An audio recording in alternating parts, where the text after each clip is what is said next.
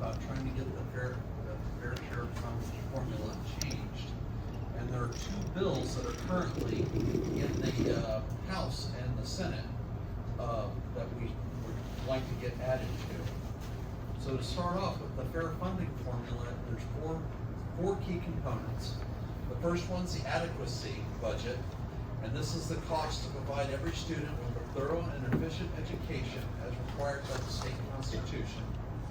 The local fair share that's the part that really hurts us, is the amount the district can theoretically raise through local property taxes based on assessed property values and income. Then you have the state equalization aid, which is the difference between the adequate budget and the local fair share budget. And then the fourth one is a geographic cost adjustment, and that one doesn't really apply to us too much. So how it works, there are 3 steps. The first one is they got to estimate the total cost of how much it costs to educate a student in our town or in every county in the state. And the state actually does that, and that's the adequacy budget. Step 2 is to calculate the district's local fair share based on the property tax capacity. The last part of the property tax capacity is what's really kind of hurting us because of the pilot programs, abated property taxes, the lack of ratables. All of those go into figuring out our local fair share.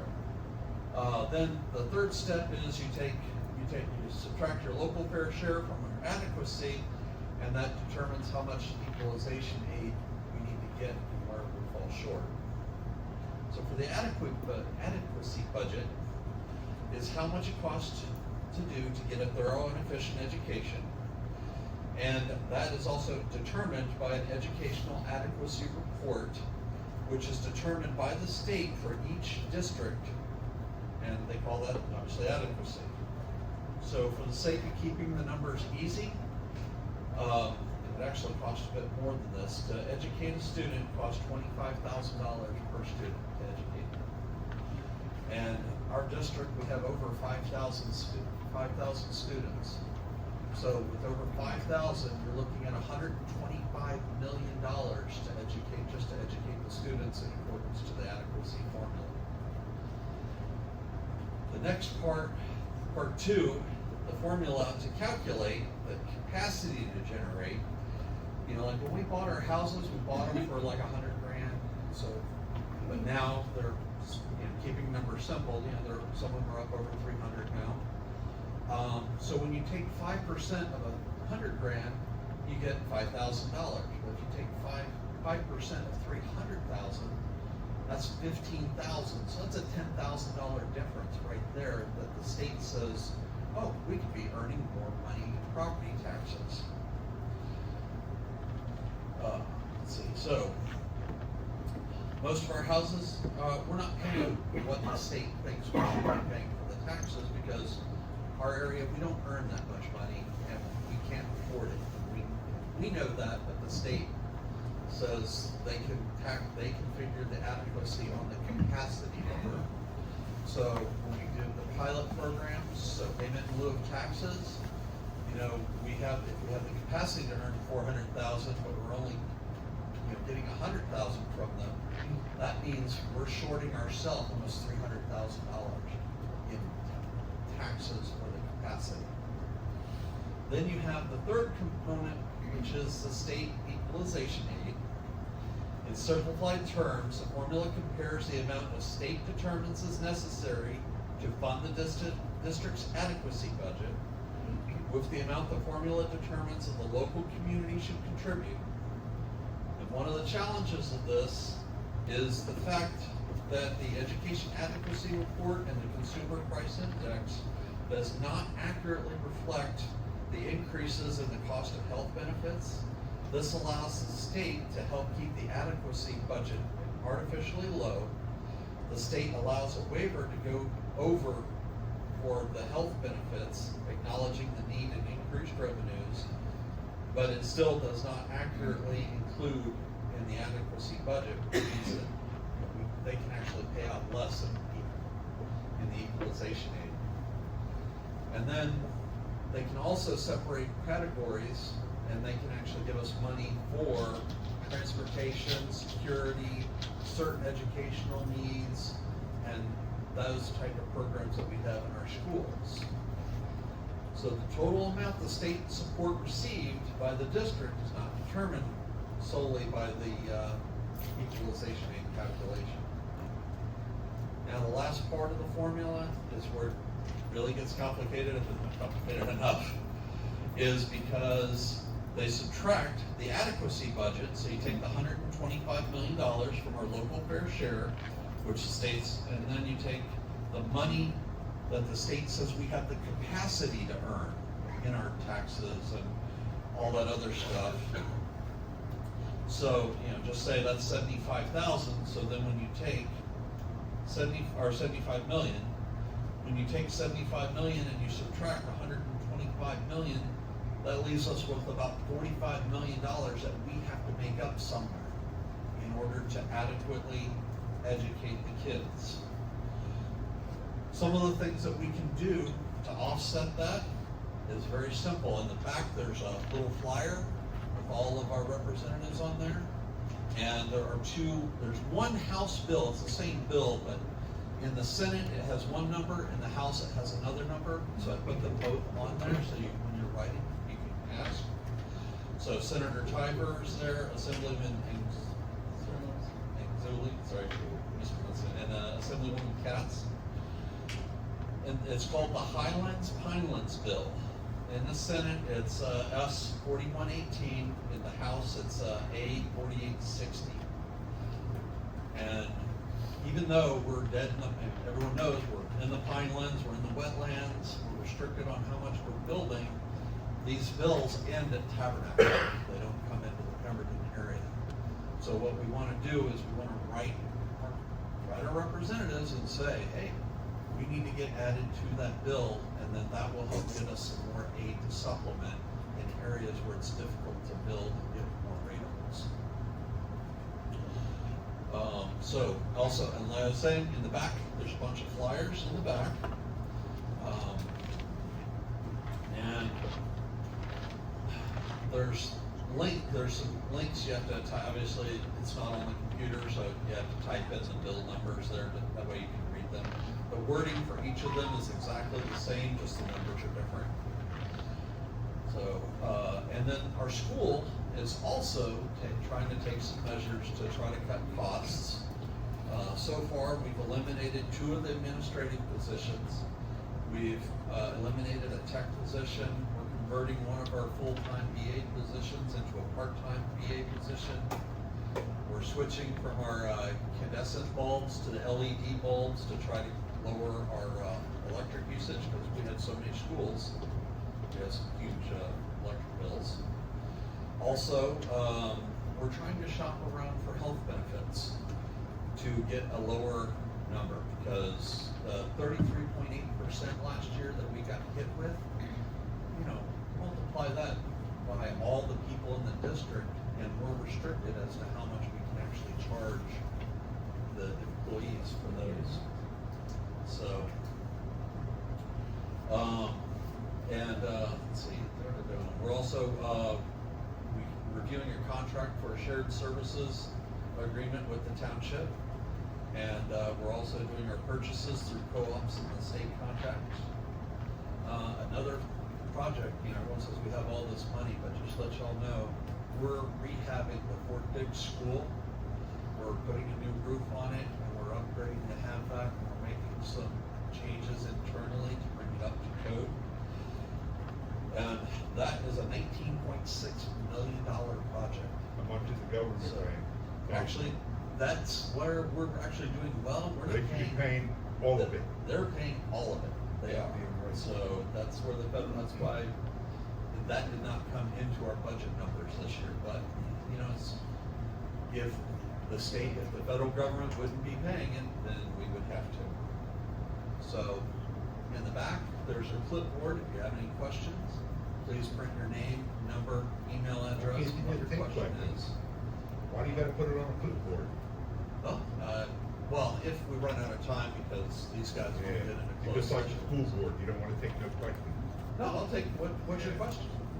When you gonna start cutting something? We We have. as residents here that have houses, we don't see no cuts. Right. You're all talk. Because you're not looking for them. No, we're not looking for them. So- Like when I see a school bus going down Route 38 with 2 people in it, going to Burlington. Right. Yeah, right. So, that's. Costing the taxpayers money. Hey, Joe, we'll let you talk with Pete as soon as Let's we. get him the hell out. He's a bunch of crap. You're full of shit. You had your chance at the vote at the school board, and you didn't do nothing. Point of order, can we Yeah. put a stop to this? Yeah, let's stop, we'll, Good, get him the hell out of here then. I thank you, Pete, He ain't Any other nothing but a questions? liar. You're nothing but a liar, dude. Get the hell out of No, here. I do not lie. No. At least I'm not. a Yeah, my blowhard taxes like- just went up I'm not a 26%. blowhard like you. Thank you very much. That's good. Thank you, Pete, for your information. I wanna hear Guys no have more of your questions? crap. You can You're ask. done. When your time is up at the school board, you're done, buddy. You're out of there. Your ass is gone. All right, we're looking, we do Take your have ass some back to closed your house session where you business. live. You ain't staying on that school board. Joe, Wait, calm are you down. on the, I've lived here all my life. Don't are you even on the- talk to me. Are you on the ballot again? Yeah, are you? Oh, yeah, no, Yeah. not this year, but No. because I saw a problem. A monkey can beat your Guys, ass. can we get this Come done, on, please? Stop going back and forth. You won't Point win. of order, can we have him removed for this? How about we have you removed? Because you're the one being a blowhard. Nope. No, you're the blowhard up there full of blow shit. Just like you did at the school board.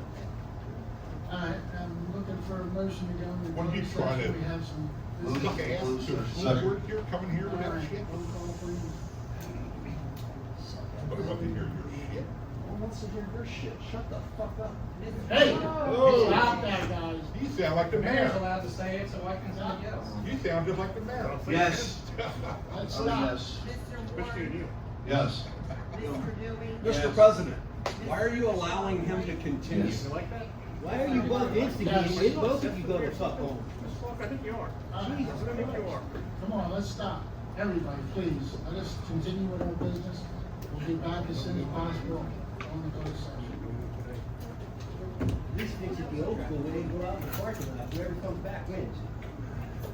All right, so closed session, Mr. King, Yeah. You're lying about how much they have, the limits to what they have to pay for medical insurance. I called Havers out on it when he said, oh, title, whatever it was. Actually, It's a minimum they have to pay. There is a max that they can pay, and it's up to you to say, you're gonna pay 33%, not 10. So there is limits. It's 33, not 15%. So, Also, you said we cut 2 people. Ooh, they're retiring. You didn't really cut them. You just didn't replace But them. we- But but we cut the those administration at that school is bloated. During COVID, when they were getting tons of federal money, they added a ton of assistant and I was not there at that point in superintendents, time, a but we are bringing them down as assistants, well. assistant principals, assistant superintendents. What do they do? How many of them actually show up to the schools to work? They all show up. Really? They don't Every work from time I've home? been there, they've been, so. Every time you've been there for the meetings, yes. I'm talking Actually, about I every go day. on school board visits, quite a bit. So why can't we get rid of them? They don't do much. They're useless. Well, give us, some sort of, other option. It's Because up a to the lot school of board them, a lot to, of them. it's up to the school board to actually analyze it and have a spine and say no to Mr. Havers. We do. And we Why don't said you no cut his on- salary? When have you said no? Why don't you cut his salary? Show us where you voted no. I voted no on quite a bit of things. I On stuff forgot that has to do with exactly. money? Huh? On stuff that has to do with money that he wants to spend? There's a lot of times, there's a lot of things you will not see out in the public, because we talk about them more in the, But when the votes the come up, hearings. I haven't heard you vote no on any of Because those. some of the things that we voted no on never make it out to the vote. So you got a whole year from now to next year. But all What's the the- tax but increase all gonna be those- next year? So you're saying you're What's doing the tax private, increase gonna be you're next doing year? secret votes? You're voting on stuff not out in public that you're supposed to? No, we're not voting on it, because it dies in committee. Okay, because it doesn't happen, so now you don't vote for it because, It dies in committee. What's the Okay? tax increase gonna be but the next year? things that they do want that don't die, you don't vote no for, you vote yes for everything. Not everything. I've voted no on many occasions. Give Are us those a minutes list. available to the public? Give us a Yeah. list. All the minutes are available to the public. Give us a list. Just go But that online. would be like saying give somebody a dedication on the spot. You know what I mean? Like, these are not. See, I'm not saying right now. You said there was Give over us 5,000 Give us a list of students? everything you voted no for, so we can actually see You it. said there was over 5,000 students in April, 4,082. Does that ring a bell? Okay. Is that a lie? So they dropped in numbers. Well, you said 5,000 up there, you don't even got your No, I numbers said they right? were simplified numbers to make the math easy. To make it Because fit you don't- your you're too agenda, stupid to to fit understand. your agenda. No. You're too stupid to understand. Yeah, I'm too stupid. What percentage? I'm too what stupid paying the percentage tax do bill teachers too, pay right? on their medical? Am I too stupid to pay the tax That bill? part I'd have to, if you. They Yeah, pay, go they on. pay the I will look. bare minimum instead of making them pay a little bit more. But- The rest of the, the I'm rest not of listening to the, his the rest of crap. the Because you can. non-government employee world. He shouldn't even come here and go up there with I that know, shit. but he's got. You're here representing the school board tonight, not you. So far, sorry, Mr. King, but it's a real crappy impression. Yeah. I guess Vicky didn't want to do it, right? No. So what'd you do, draw the short straw? Who was it gonna be, you or Vicky? But no, if you can write that down on the question, I'll look it up, I'll try to see what I can find out for you. Because I don't know the information off the top of my head. I know it is, because Mr. Haver said, oh, there's a limit, we can't charge more than the minimum. He didn't say the minimum, but he gave the number because he said Title There's 19, the other- and I called him here's out the on cohort it line at the right meeting. there. That's Right the there behind minimum you can charge. There's the other one that raises taxes 26%. No, you took off conveniently, didn't you? Start finding out how many. Oh, you had it. Like I said, write it down. If I will If see the what I insurance can- premiums went up 33%, make them pay part of it too. Another one, don't Instead of pay the property taxpayers. taxes. There's nothing that says they don't have to pay it. Going up You don't have to pay no 27% property in tax. January. What's that? Yeah, but Statewide, it's going up 27% again in January. I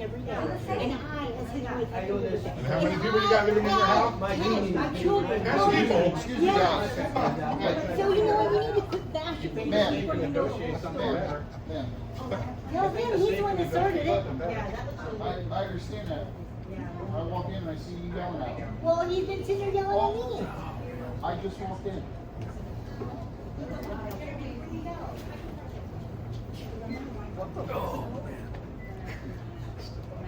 You good, Joe.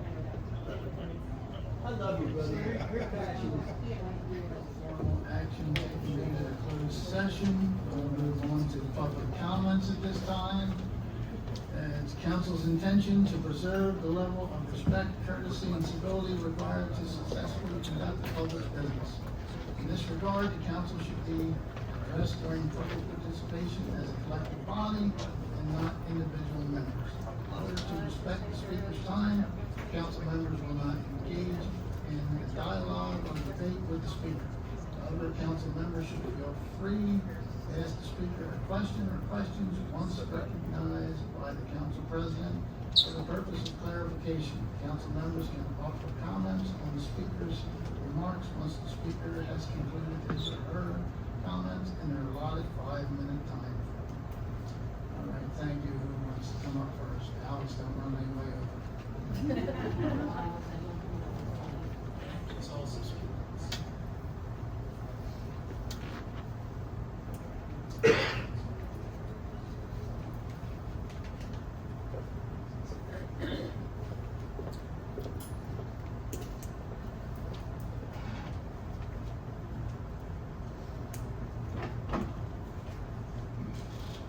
Alex Scott, 2950 Route 7. Before I begin, Mr. Bianchini, is everything all right with your house? I saw. Yeah. Oh, okay, good. Thank you. Just making sure. All right. Resolutions, 238-2026. How much will Mr. Thomas make part-time, and how many hours will he work a week? 239-2026. Can the administration explain exactly what the $3,337,680 will be spent on? What is the total repayment cost over the life of the note, and whether the township is receiving any grants or principal forgiveness that would reduce the ultimately, or would that ultimately be borne onto the water ratepayers of the township? 240-2026. What are the reasons for additional funding And what is the new total amount? 241, 2026. What is the exact reason we are doing this for? 242, 2026. How much liquid aluminum sulfate does the sewer department need for the $150,000? 243, 2026. What is the total cost that ERI will cost us for this energy plan? Will charge us for this energy plan? 244, 2026. What equipment will the township get for this additional $20,000 grant? 245, 2026. What work or circumstances resulted in change order number 1, and how much does this increase from the original contract cost? 12. How much is the bill list?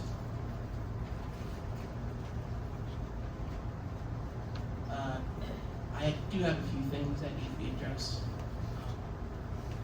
On Magnolia Road, right when you turn off of, well, it's near the bypass.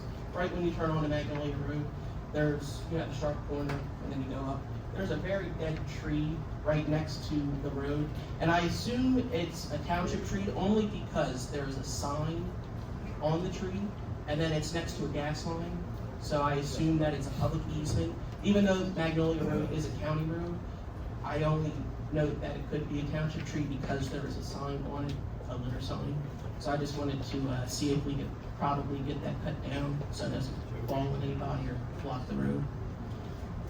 I also wanted to thank the administration for taking care of the 2 street signs. The one at Route 70 looks a lot better and is very reflective now. And Mr. McCucken, I do have a question for you. I figured if you don't know, you could always get back to me. Harry's easy to call for me. Can the township explain how decisions are made regarding who is covered under the township's JIF policy? Specifically, who has the authority to determine whether an elected official, volunteer, or board member is added to or removed from coverage? And what criteria are used if an individual is considered a high-risk liability? And that's all my questions.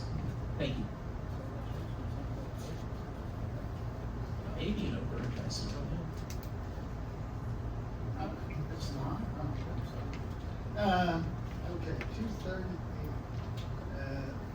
$750 per month, and it's an as-needed basis, it's no set hours. And it's the same person we've had for the last year, we're just renewing, another extension. 239, I'm gonna do my best, and if I don't get this exactly right, I'm not lying, I'm just totally, basically, this is the iBank, am I correct, Jen? And we have iBank funds that we had for the first 3 projects in the New Lisbon project. And then we got another set of money, another $1.1 million. And the iBank wants it all to be one lump sum, so we're gonna cancel out the old one, put the monies together. And the iBank monies are actually forgivable grants.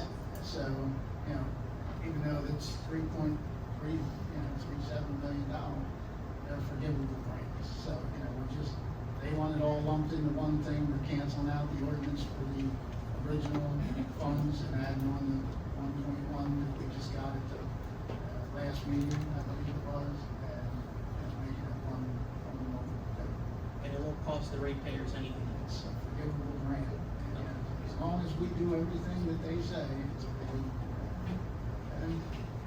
And 240, I ran out of time. 240, okay. Jen, I'll let you explain that one. Sure.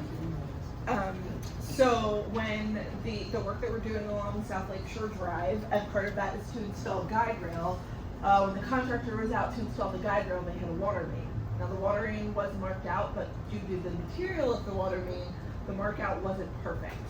So this was additional funds for my company to take our ground penetrating radar to fully mark out where the water main is. We also, the township helped us out today. They did some additional test pits so we can verify that our mark out was correct, but it's for the additional funding for that mark out work, which we had not anticipated doing. And 241, what was your question on that? What is the exact reason we're relaxing? We had a request, from one of our people that have a beverage license, I believe, is it beginning of football season, I believe, was First day. First day of football season, so we will either approve or not approve to relax it for all the people that have beverage licenses in the town. We can't just, you know, give it for one and not for everybody. Yeah, it's something that's been done before, so that's what that is. 242, according to the paperwork, they use about 104,000 gallons a year of that product. What does it do? It's, I believe, to help settle the waste at the sewer treatment plant. That is correct, it's a coagulant, so when you put it in the water, it allows the term we use is flock, it allows all the solids to flock together into larger lumps to settle out, so that can become sludge. Okay, that answered that question. 243. That is a grant we received, and it's $25,000, and environmental resolutions knows not to exceed that amount when they do the design for us, so that's why that number's there. And 244. That, I don't have a lot of answers on that. It's the first time grant that the rec director applied for, and it's a 20% match. If we get it, I guess he's going to try to find some use for it for the city, for the children of the town. I don't think they have an exact, you know, plan for it. This is just their approval line. Okay. And 245. What was your question on that one? What were circumstances result in a change order number one, and how much does it increase the original contract cost? This was one that was changed over from one engineer company to another, and the original engineer didn't factor in all the costs for traffic control, and ERI called it an as-needed adjustment. That's what that's. And it's Too high to keep. Charlie? I have that all itemized. So this is gonna be our bill list plus our hand list.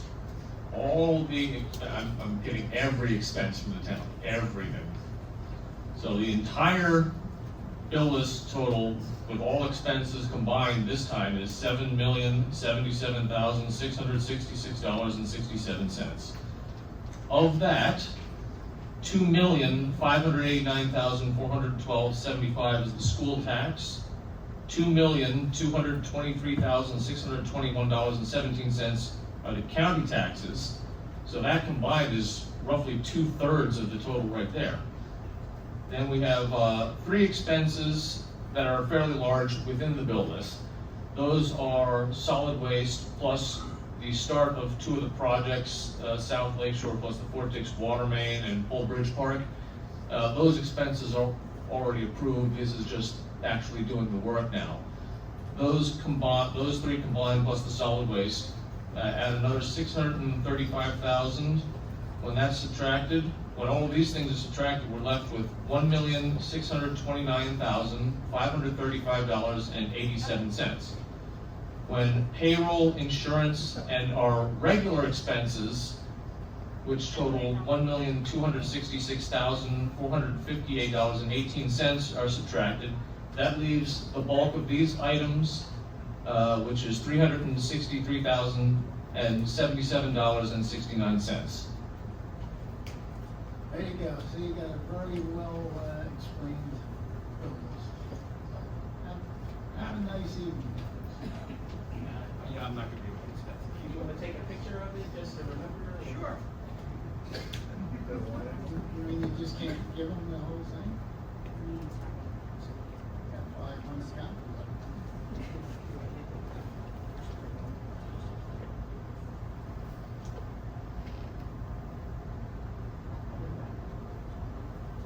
Oh, is everything good? Anyone else? Here's a souvenir. Oh, good.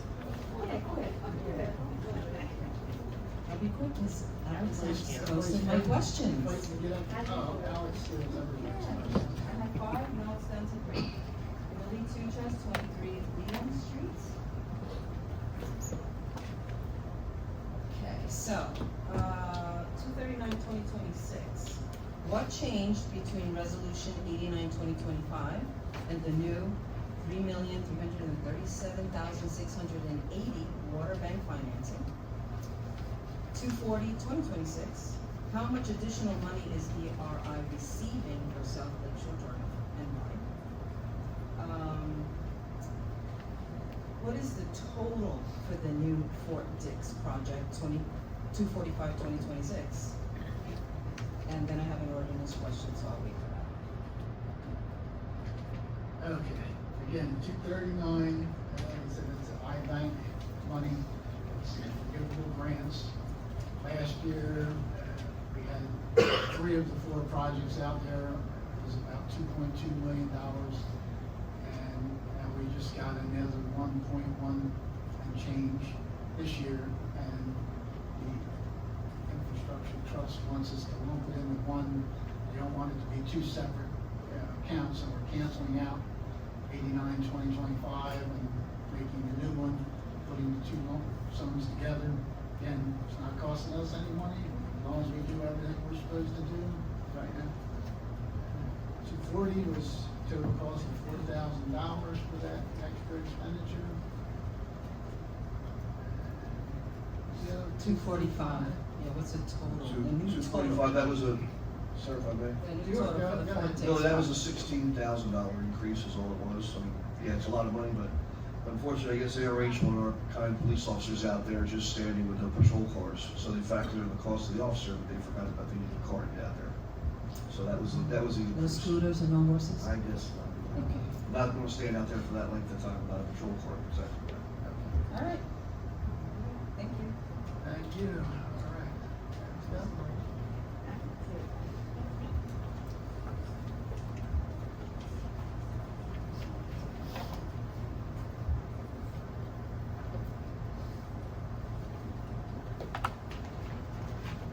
Okay. Good evening to our mayor and members of town council, township administration, and my friends and neighbors here in the room, and everyone watching online. My name is Marty Graf-Winker. I'm the proud president of the Browns Mills Improvement Association, the oldest civic association in our town. The BMIA was founded in 1919 on September 6th. We celebrate our 107th anniversary. For more than a century, our mission has remained the same: neighbors helping neighbors and working together to improve Browns Mills and all of Pemberton Township. We have enjoyed a wonderful and much needed summer break, but even during that break, our legislative committee continued attending town council meetings and keeping our membership informed. I want to be very clear tonight about something extremely important to all of us. The BMIA is and always has been a nonpartisan civic organization. We are also a 501c3 charitable organization, which means we are legally prohibited from supporting or opposing any candidate for public office, and we take that responsibility very seriously. We can educate voters, discuss issues affecting our community, and provide a fair forum where every candidate is invited and treated equally. What we cannot do, and would never do, is endorse a candidate, favor a political party, or use the BMIA to influence anyone's vote. The integrity and reputation of the BMIA has been built over 107 years of service to this community, and that trust was handed down to us by generations who came before us, and we take our responsibility to protect it very seriously. We will not allow party politics, personal loyalties, or outside pressure to compromise the fairness of this organization. Every candidate will be treated equally, every resident will be welcome, and the BMIA will continue conducting itself with the honesty, fairness, and transparency our community has come to expect. We do not ask our members whether they are Republicans, Democrats, Independents, or anything else. I honestly do not know the political affiliation of most of our members, and that is exactly the way it should be. When people enter the BMIA building, they come in as neighbors who care about their lakes, roads, families, businesses, and the future of the community. Sometimes I wish there were no R's and D's at the local level. I wish we could all simply be P's for Pemberton. That belief is exactly why the BMIA will host a town council and mayoral candidate forum on Sunday, September 27th at 2 p.m. at our building located at 40 Arbutus Street. Every candidate has been invited regardless of party, and we sincerely hope every candidate will attend. In our opinion, when someone chooses to run for public office, it is their responsibility to come before the people whose votes they are asking for. Candidates should be willing to introduce themselves, present their ideas, answer fair questions, and explain what they intend to do for our town. A vote should not be simply expected because of a letter behind someone's name. A candidate should ask for that vote, earn that vote, and give residents a reason to place their trust in them. We are not asking candidates to support the BMIA, agree with the BMIA, or belong to any particular political party. We are simply asking them to appear before the residents whose votes they are seeking. The forum will be conducted fairly and respectfully. Questions will be submitted in advance by BMIA members and reviewed by our legislative committee. Every candidate will receive equal time and no candidate will be favored over another. The BMIA will never tell anyone how to vote. Our responsibility is to give residents the opportunity and information they need to make that decision for themselves. We will also host a school board candidate forum on Sunday, October 25th at 2 p.m. using the same fair and respectful format. Every candidate will be invited. Before those forums, we will hold our annual planning meeting this Sunday, August 23rd at 2 p.m. at the BMIA building. We will begin planning our 2027 calendar, forming committees, discussing fundraising ideas, and accepting nominations for our board of directors. Our membership has grown tremendously. When I say that BMIA is making progress, I mean we are moving forward in leaps and bounds. Our events are drawing larger crowds than they did during the years when my grandfather led this organization, and our membership is steadily gaining on the numbers the BMIA had in its earliest years when my great-grandfather helped found it in 1919. That is deeply meaningful to me, but also said something important about our community. People want to see improvement in our town. They want to be involved, they want to help, and they are realizing how strong our community can be when neighbors work together. We intend to continue growing this organization, welcoming new members, and most importantly, getting things done. Membership is only $15 for an individual and $20 for the entire family, and you can join at any event or contact me for a QR code and pay electronically. Our back to school karaoke night will be held Friday, September 4th at 7 p.m. I'm pointing to Charles because he sings really well. And members receive free food, and everyone is invited to come out and enjoy an evening with their neighbors. An informed community is a stronger community, and an involved community is even stronger. And at the end of the day, we are not R's and D's inside the BMIA. We are neighbors, and we are one community, and we are all P's for Pemberton. So thank you very much. Have a good night. Thank you, Marty. Anything else for public comment? Name, James Boland, 226 Filbert Avenue. And I wanted to share an observation with everyone. And I'm going to give you a figure. I think the number is actually higher, but I can say with certainty that there are at least 5 people in this room in attendance tonight who can say that they've had the experience of checking the mail, opening up a letter, and seeing on the letter you have a violation notice, and having the experience and thoughts that, okay, this is a violation I need to take care of, I can take care of it, I will take care of it, I will get to the bottom of this, and I will address it properly. But at the same time, thinking, why is it though that I'm getting this notice when I see worse problems right around the corner? 5 people, that's 25% if you're doing the math. And when that happens, and it gets taken care of, and then the person looks around and sees still, these problems still exist. The person gets a certain viewpoint from that. And the other thing that these 5 people have in common is these are people who are vocal, who care about this town, who volunteer, who make a difference, we're trying to do something positive. And yet, they're the ones being held accountable for something they need to be responsible for, granted, and they all admit that. But at the same time, the selectiveness of looking around and seeing that the bigger problems persist and aren't being addressed. Now, I'm not here for answers. I don't even expect that I'm going to get answers, not easily. What I try to do is I try to get clues, because I do ask the right people the right questions. And they get dodged. So next thing I do is I try to do things properly, and I put in the open request. Not because I enjoy it, but because it's really the only recourse I have. Guess what I'm saying is, I think we all know that this has been a problem in this town, selective enforcement. I mean, it's been written about in the papers for years. And changeover doesn't make it go away. And I'm sure some of the things I'm saying, I'm actually hearing echoes in my memory. I've said these things before. But it doesn't change. Hasn't changed. And so I just want to put that thought out there. If anyone disagrees, I'm willing to listen to it. But that's the way I see it. And that's the concept that I just want to put forward tonight. That's pretty much what I want to say. Council President, Yes, go ahead. Mr. Baldwin, you bring up a very good point, and I want to have a back and forth with you. So, James, give me an idea of what you're talking about. Like, as far as the, who got a violation, what was it in regards to, what are we seeing? So I want to understand, I want to help you, I want to try to understand myself, because I see what's up. So, I'm going to leave it to the other folks in the room if they want to bring it up. Okay. Because it wouldn't be fair for me to just point anybody out, you know?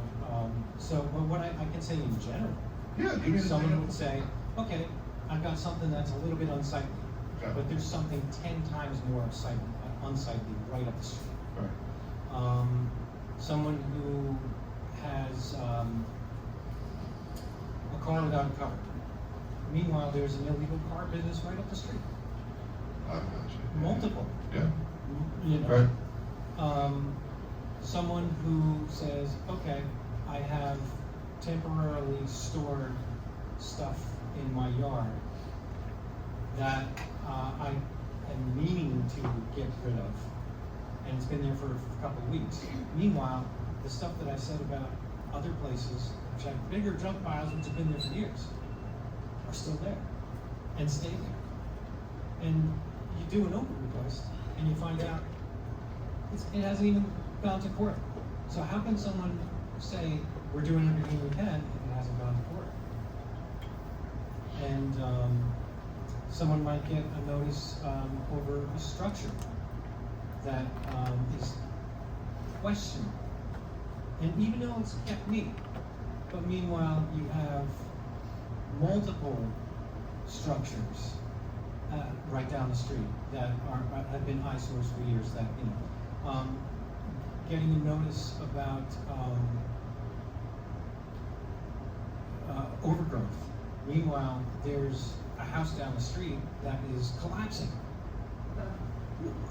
And you say, where are the fines? Where's the record, the history of it? And it's just not there. I'll give you, and this is what I'm trying to get at, and then I'm going to ask Rosemary probably later as the DA, but because Mr. Gerber's not here. But my first year on council, right, we passed that ordinance in regards to campers.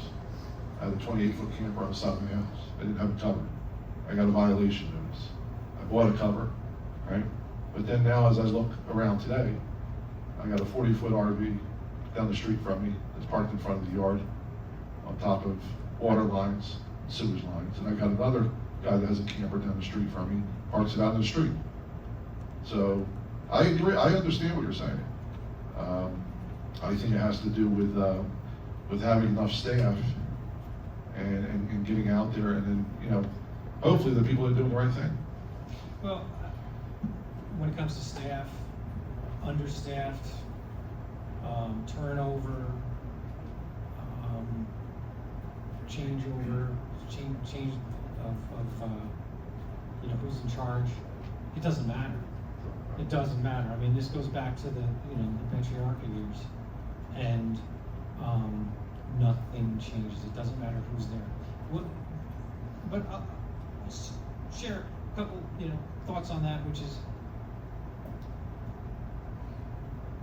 it doesn't benefit anyone except someone who wants to see property in disarray, somebody who wants the value cheapened.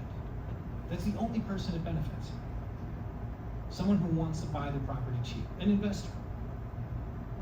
Nobody else benefits. So, why is it that the investors are getting what they want? That's really my thought. So, Thank you, James. Thank And you. if you have any definite complaints, I'm sure if you bring them to. oh, I do. Okay. It's been years. All right. It's an ongoing thing. Just I a can't. suggestion. I understand. I can't think of anyone who has been more vocal and more adamant, and unless, you know, there's probably stories I just haven't heard too, but I can't think of anyone who has tried harder to get things enforced, to get things cleaned up. And if it's that difficult for someone who puts more time than I care to admit, an embarrassing amount of time, hours, you know, a month, a week, and it gets me nowhere, I feel bad for the person who just wants to make that quick phone call and only has time for that, because that person's getting absolutely nowhere. I will start to look into this as my paving season wraps up and I have more time. Specifically start to ask to see if I can go out and take a look at these things personally.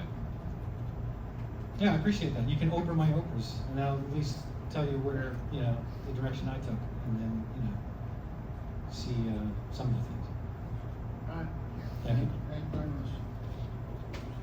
Anyone else?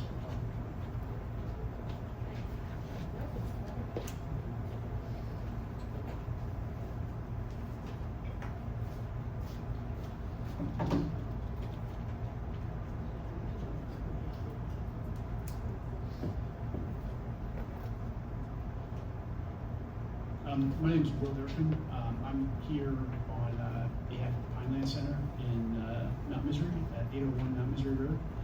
I reached out to your Public Works Department and they advised me to come just to speak to the council directly, to appealing to the council to look into get some signage, crosswalk, possible speed bumps, as the Pineland Center is going to be welcoming groups back.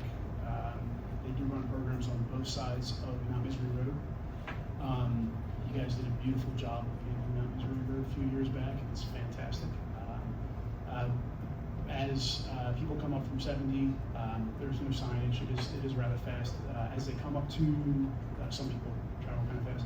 As they come up to the bend before the camp, there's a short run before they get to where, you know, the fields are, where, you know, we're gonna groups going back and forth. So just asking for you guys to consider you know, putting out some safety measures there for you know, the future groups that they're going to be welcoming in. All right. That's all.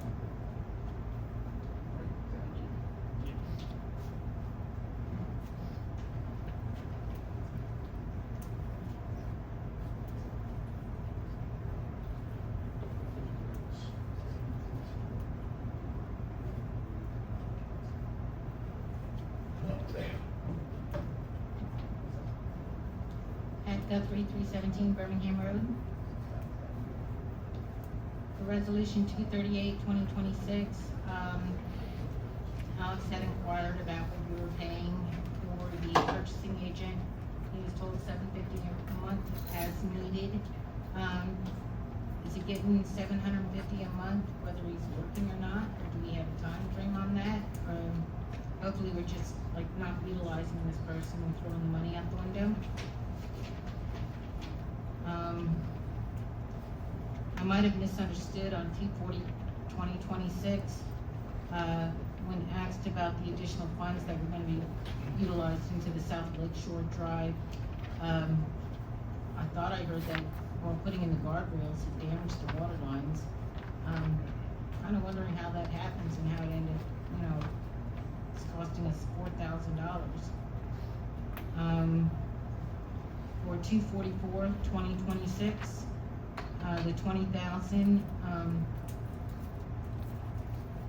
I'm just wondering if, since the rec center is going to have this 20,000 for individual disabilities, when the money starts getting utilized, is it going to fall under you guys voting on what the money is utilized for? Or is it something that is gonna get just nitpicked and spent without knowing what it really is being spent on? Because there is concerns as far as some spending that's, happening over there at the rec center.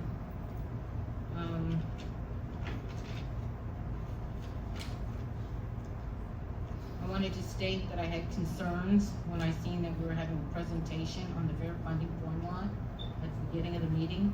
I had no clue what it was. I looked it up, and it pretty much states that it's where the school gets with the township and they want people's property reassessed and value increased, and then the school gets more money based on the increase in the value. We just all worked out 26% that we had put on our bill. I'm wondering if this actually really belonged here in the council meeting as far as being presented. It just made me ill reading what the Fair Funding Act was all about, and I can't imagine, this should actually be done at a school board meeting. And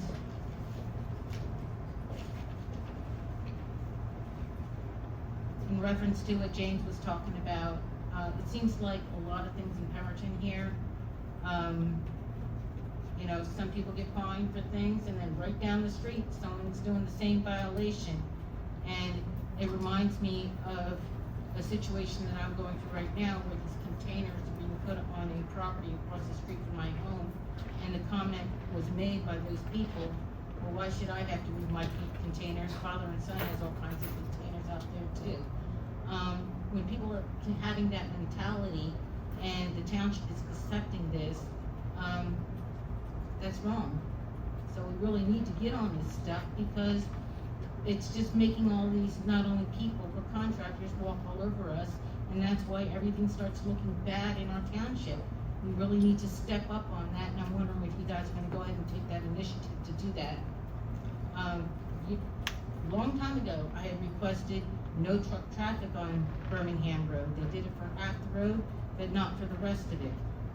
Birmingham Road is used as a cut through when something is going on down the road and some work's being done on Greenberg Farms. And the amount of trucks that come down our road that is endangering our residents is ridiculous. I really hope you guys can get on that and get that done. I don't think something like that is, let's just wait till one of the kids playing gets injured. It's really frustrating. And last but not least, when Marty was giving her BMI list of the dates and functions of what's going on, I didn't hear her mention September the 4th. September the 4th is karaoke. Because I tweeted at Okay, because I would like to see more people out there doing karaoke, because sometimes I feel like I'm out there singing by myself.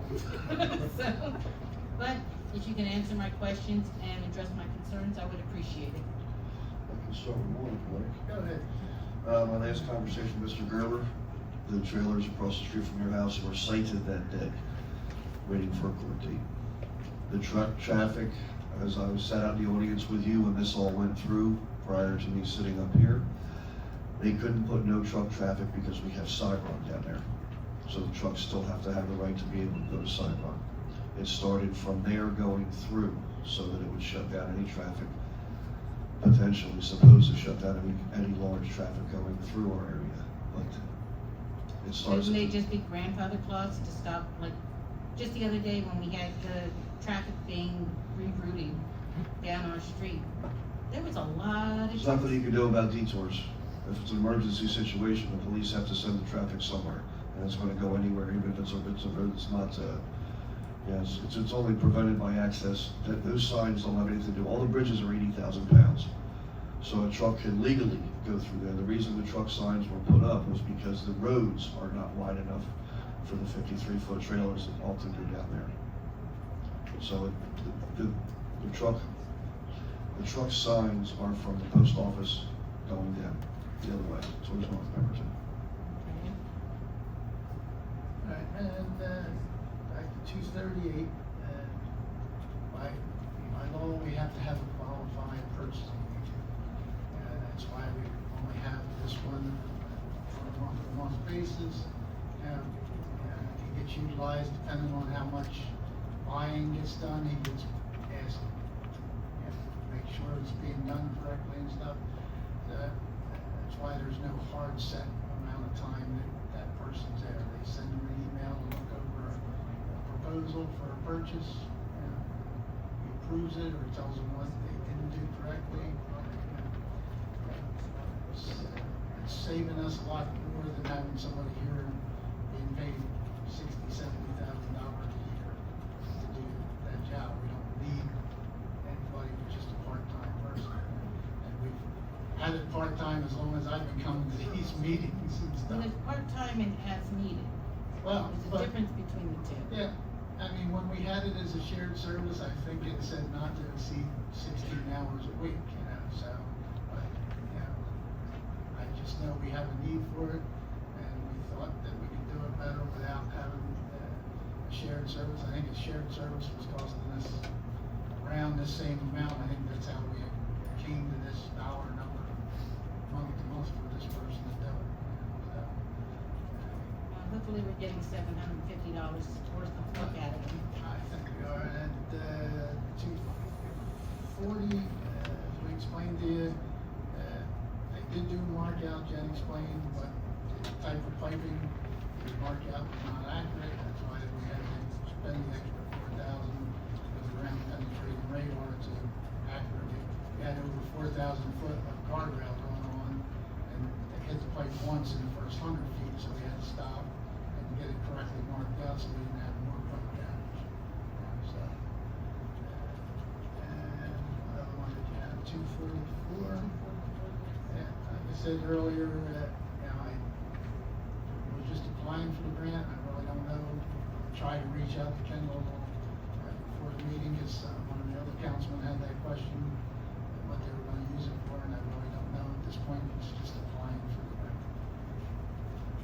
I was looking through there, Harry, and one of the things that they was broken down as far as the costs, where they came to the 20,000 was for salaries for the employees for the ADA. They have to undergo some training to be able to deal with people with Americans with Disabilities Act if they open this up and make it more accessible to them.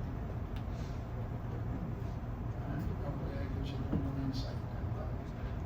And last but not least, the presentation.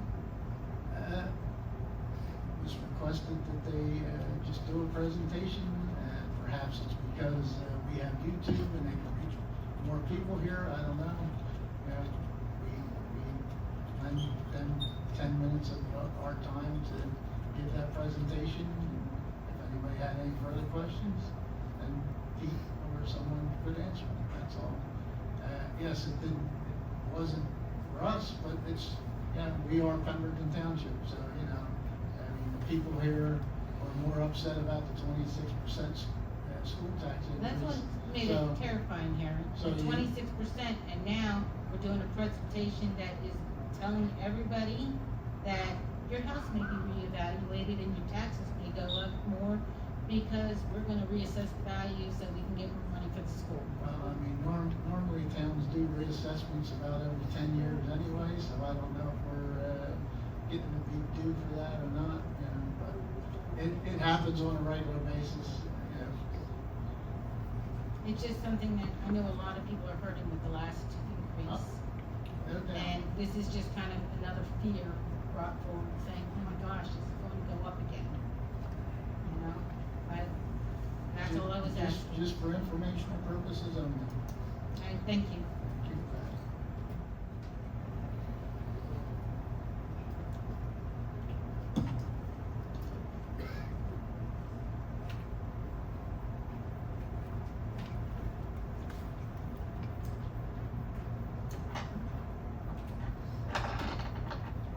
Good evening, everybody in general.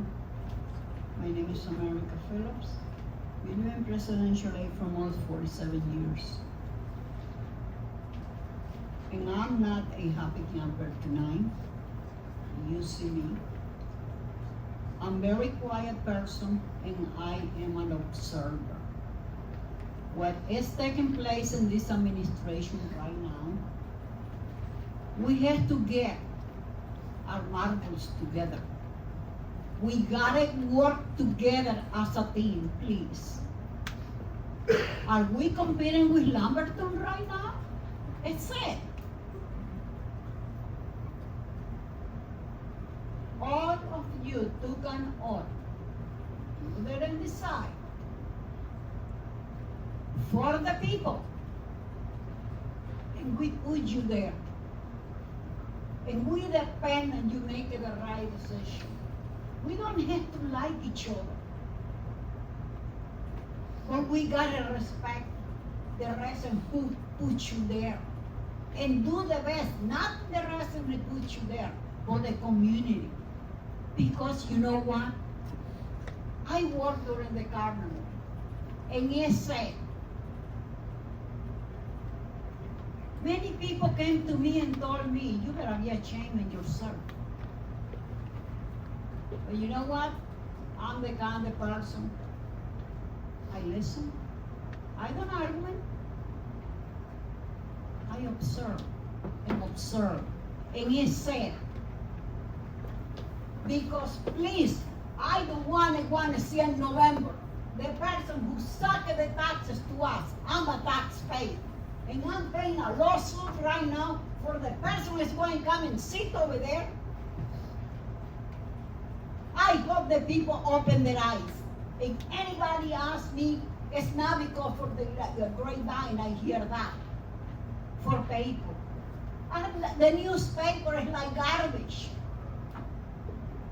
This past week, the newspaper, think about the whole newspaper of PEMBERTON. And you know what? When you want a place, you're from PEMBERTON, right? Well, guess what? Okay, I'm going to leave it away right now. I'm going to pick it up now in the school. I respect you, Mr. King, right now. And you know what the superintendent did? You came and did the dirty work for him. Why you didn't tell him to come in here or invited the people in the school before they raise their taxes? They didn't do that. But they sent you to do the dirty work. And the same thing what a mayor did in the past. Give a letter to one of the council to read it for him. It said, we're not children. We're not older people. We've been living this town. Pay your taxes. And right now they sucking to us for 26%. And now who knows what else is going coming up down the road. Well, Mr. King, you can tell your superintendent. It wasn't the carnival. He really saw it was a big shot. Big deal.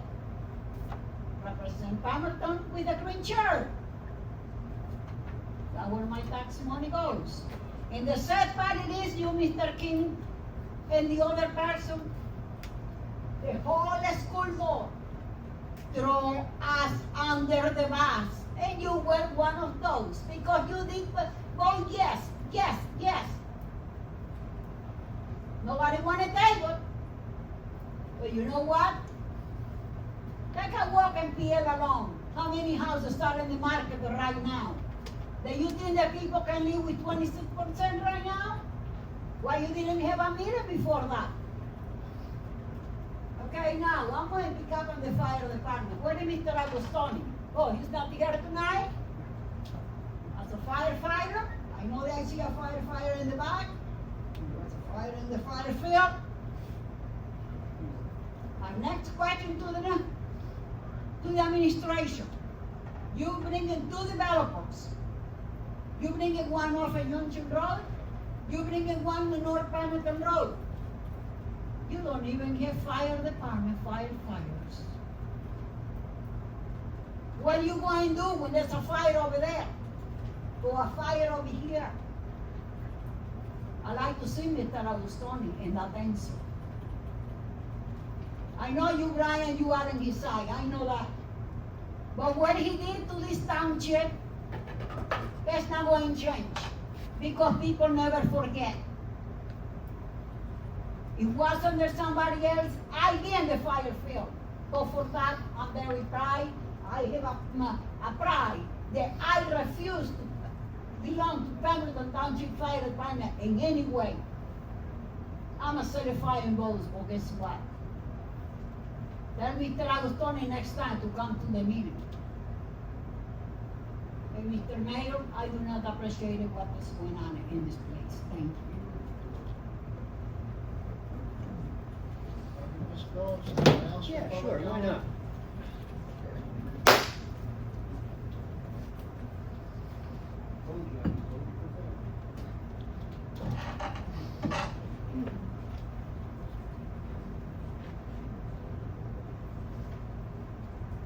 Brian Gidson, 410 California Trail.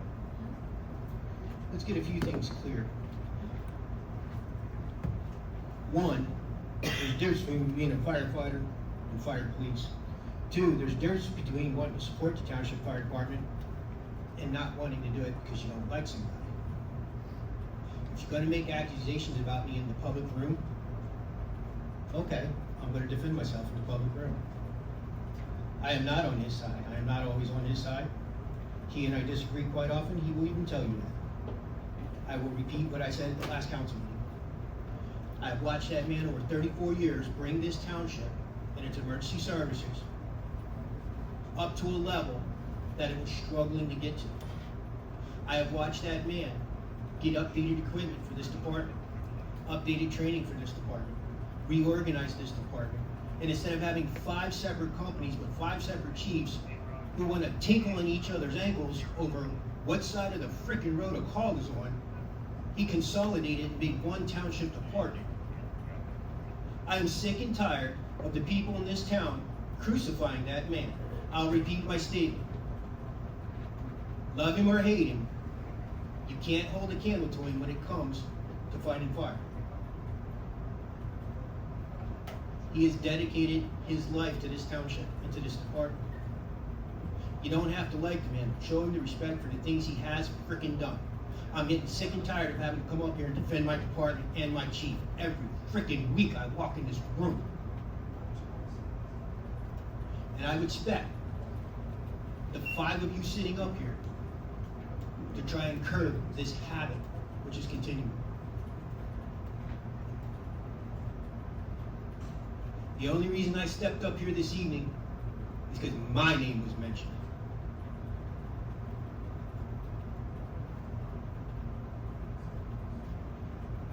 I won't stand for it. I won't have someone who was part of a station, who refused to be part of the township, who wouldn't answer calls, who didn't come to a call right before Christmas one year, and a 9-year-old girl died because they had an attitude towards Chief Agustoni.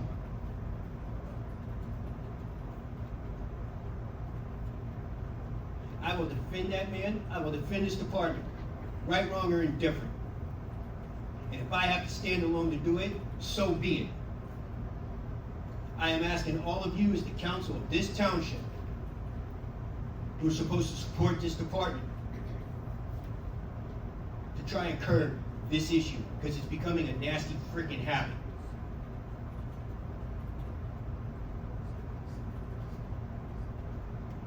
The next time my name comes out of somebody's mouth at this microphone,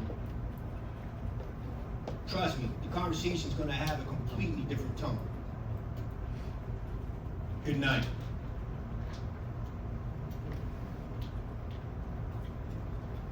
Brian, else?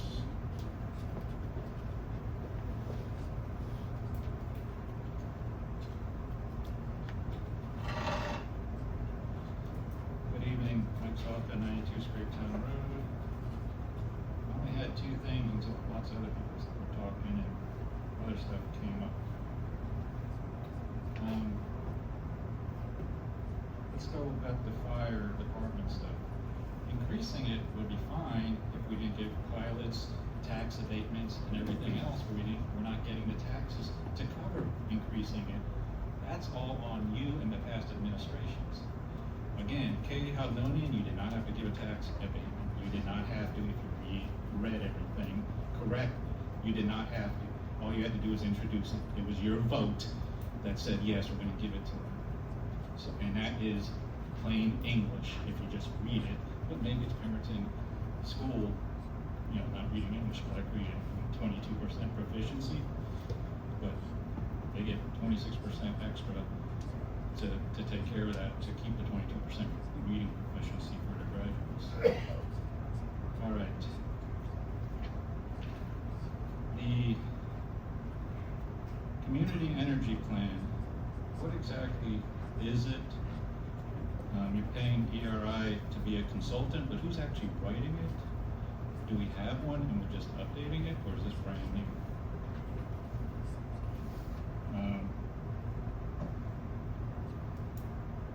I do have a question about the new business, the wellness visit appointments for the police department. Is that a contract thing?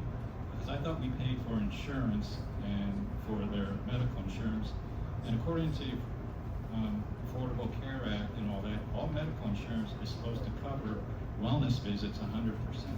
So why are we paying extra for it? That makes no sense.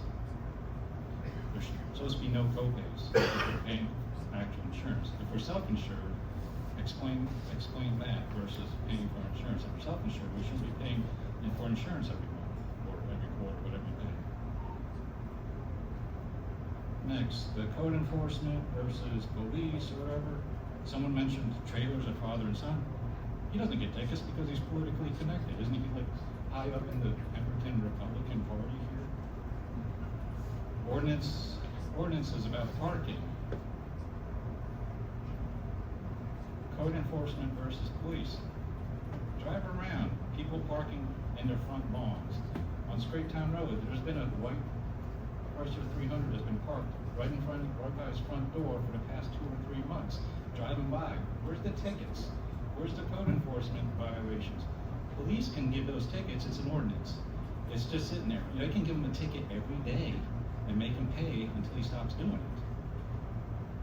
Drive around Lake Valley, there's junkyards in their lawns that you can see. I mean, one person's backyard is basically full, like 5 feet high, to there in their backyard, just covered in junk. It's just sitting there forever. I've lived there 10 years now. It's been there for 10 years. Drive around the rest of the town. Nope, somebody's not doing their job. They're getting paid well here, but they're not doing their job. Then it comes down to, we don't take care of this stuff, and people complain, oh, we can't get this business to come here, we can't get any businesses. Guess what? Businesses do an evaluation whether they want to come into a town or not. They drive around here, they're like, this place is crap, we're not gonna start up a business here. Look at the place, it's in bad shape. You drive around, there's some nice small areas, but most of it, people don't take care of it. Lots of the rentals, we aren't enforcing taking care of it because it's all deals with the courts and the landlords. Landlords need to be fined. They can pass that fine off to the tenants that aren't taking care of stuff, but the landlords need to be fined. We're never going to get good businesses here if we don't clean up the town.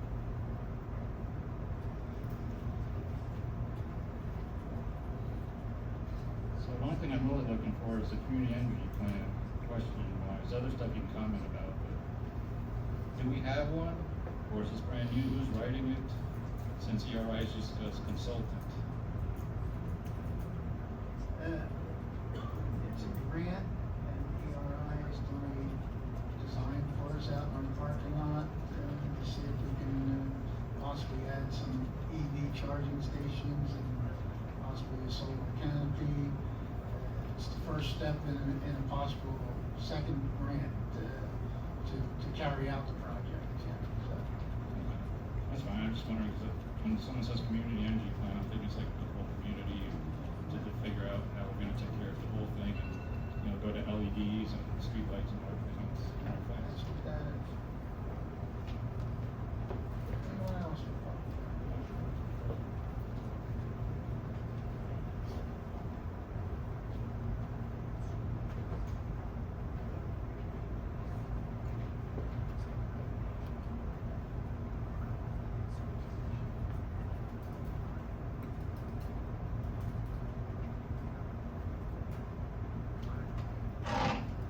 Justine Miller, 311 Shoshone Trail. I just wanted to bring something up. It really is unacceptable to sit here and watch community members attack other community members, speakers, township employees, and members of this council. Disagreement is one thing, and we should be able to disagree. We should be able to question decisions, challenge our elected officials, and speak passionately about issues that matter to us. But personal attacks, insults, yelling, profanity is something entirely different. And quite frankly, we look crazy. These meetings have become chaotic, disrespectful, and at times embarrassing. We can disagree without turning every council meeting into a spectacle.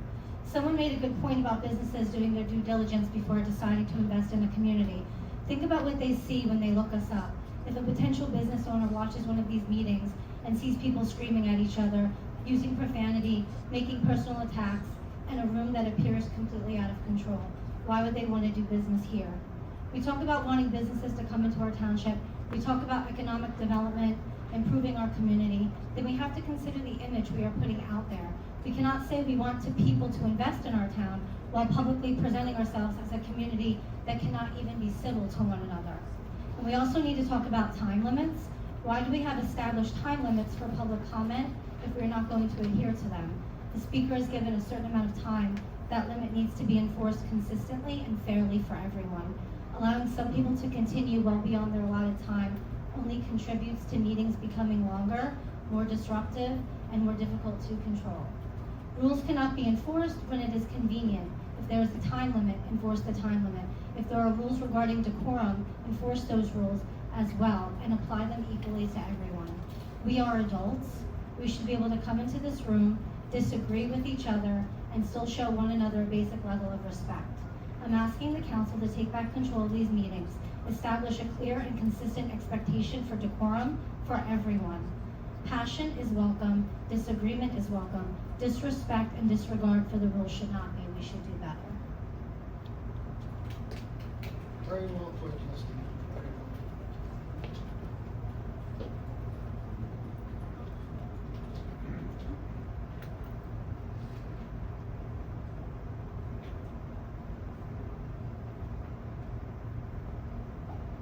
Hi, I'm Sarah DeFalco, 213 Western Street. My goal today is to address the PFAS contamination issue in Pemberton Township. I'm a community member who's passionate about water quality. Please note the township provided drinking water is tested and safe, and this is in reference to private drinking water wells. As you may know, there's multiple PFAS plumes in the township. One plume is from Joint Base, which affects Little Pine Lake, Mirror Lake, and the surrounding private drinking water wells. Citizens with wells in the plume have been notified about the contamination by Joint Base and have had the opportunity for remediation. Who, if anybody, from the township attends the quarterly Joint Base Environmental Restoration Board meetings, where updates about the PFAS plume are given? I attend these regularly and I don't typically notice anybody from the township there. There are additional plumes in country and presidential lakes that are affecting private drinking water wells. So far, they are not related to the base plume. The township receives all of these private drinking water well testing act data from the state. It's copied to the mayor. Testing is at great cost to homeowners. Is the township working with the DEP to address this growing issue? Is the township seeking grants to help homeowners with PFAS testing or PFAS? So that's my first bit. And then I also have concerns about the flock cameras in town. We were told these were going to be used for gunshot detection. There have been reports across the country of misuse of these cameras by government officials, warrantless tracking of citizens, and third-party sharing concerns me. Who exactly is monitoring the use of the flock cameras, and who is the data being shared with?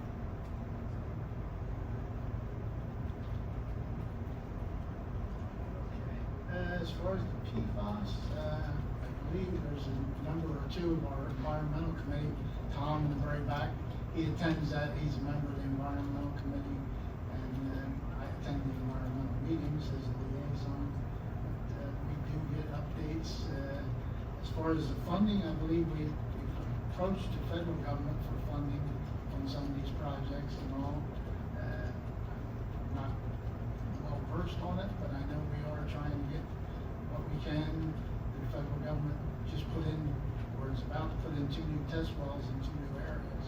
And so we are trying to keep up with it and be abreast of the situation. That's about all I can tell you at this time. Flock cameras, I mean, I know we're putting more of them up all the time. I would have to ask the police. I think that information is only stored for a short amount of time, and I don't know the exact time and date of it. And we're just the purchasers of them. I'm sure if you put in a request to the police department, they can give you more information about that. What else I can tell you? Can I answer a little bit of that? Okay, go ahead. Yes, sir. So there's been a lot on social media in particular about flock cameras over the last 60 days or so in New Jersey. It is an issue that is becoming front and center with many people. The Attorney General's office is the one who supersedes and oversees the use of flock cameras by our local police department. The Attorney General has guidelines as to who can access that information, what information they're allowed to access. It has to be an active criminal investigation. It's not facial recognition or anything like that. There's a lot of people who have made statements that are not essentially accurate. However, there is a grave concern, and I believe that concern is statewide. There are currently potential bills to limit the time frame that this information can be stored and perhaps provide further guardrails as to what it is. I think it's just important to note that these cameras are really no different than what it was already in police cars for many years, and that is the dashboard type cams, which ran license plates simultaneously as well. I would have to respectfully disagree with that statement. Understood. I'm not a police officer and I'm not a computer technician. However, the guidelines under the Attorney General's office that operate the police department's not allowed to run anyone just because they feel, just because they feel like it. There are specific requirements they're required to meet before they can do so. There is a 3-year limit in New Jersey as to how long that information can be maintained, and I believe that's out of step with the rest of the country. And I think that's where you're going to see some legislation very quickly on that going statewide. With that, I can tell you that there's been a lot of discussion. There's going to be further discussion. I think you're going to see it's got to be addressed at the state level, not local. And I think you're going to see that. But understand the concern, and I have similar concerns myself.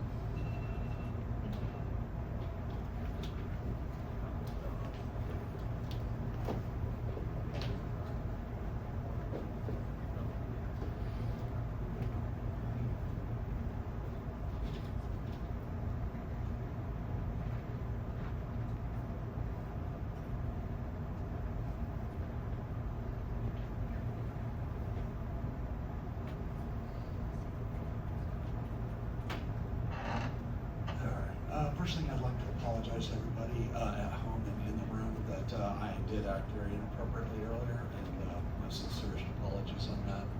Those that know me know that I don't normally get that angry that quick, so my apologies. It does not excuse my actions.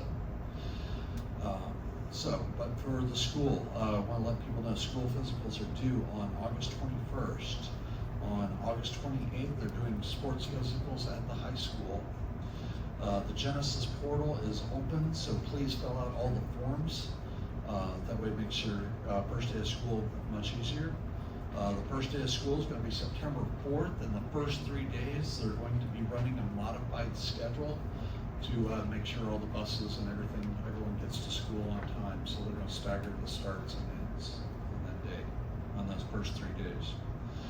On August 20th, there's going to be a job fair at the administration building from 12 to 6.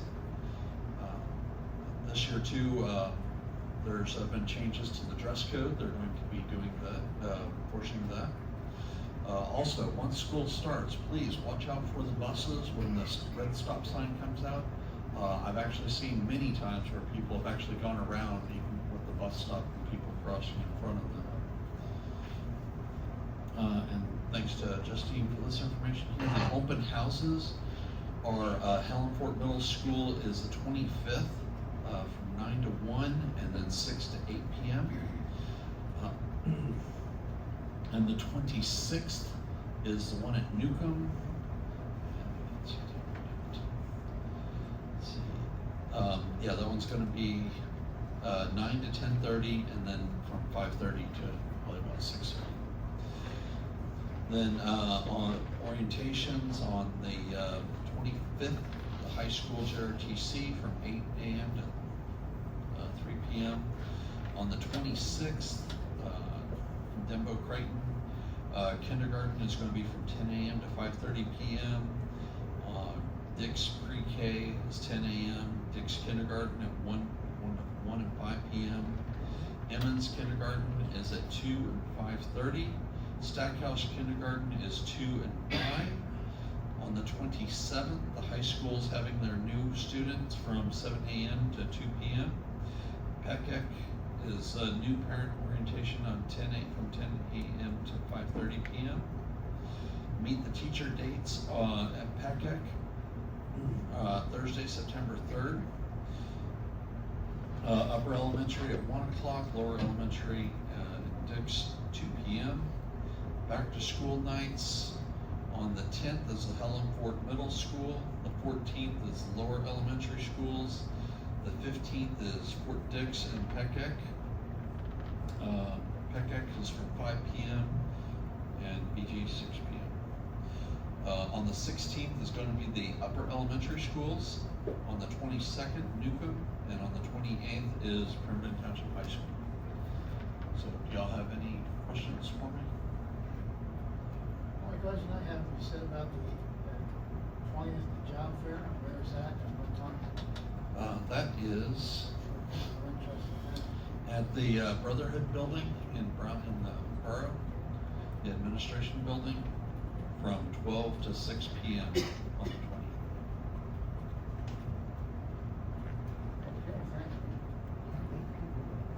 Thanks, guys.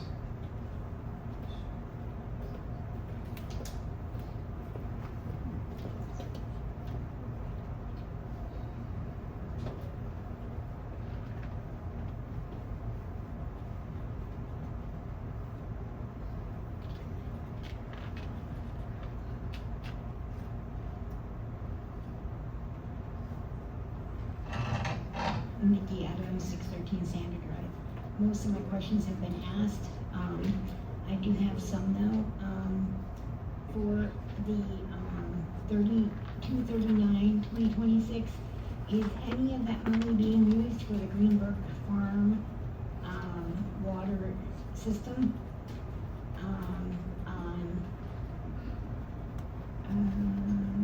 And Mr. Charles, you gave a detailed thing of the itemized bills, but you gave the school and the county, and then you broke down the township, I'd like the total amount for the township.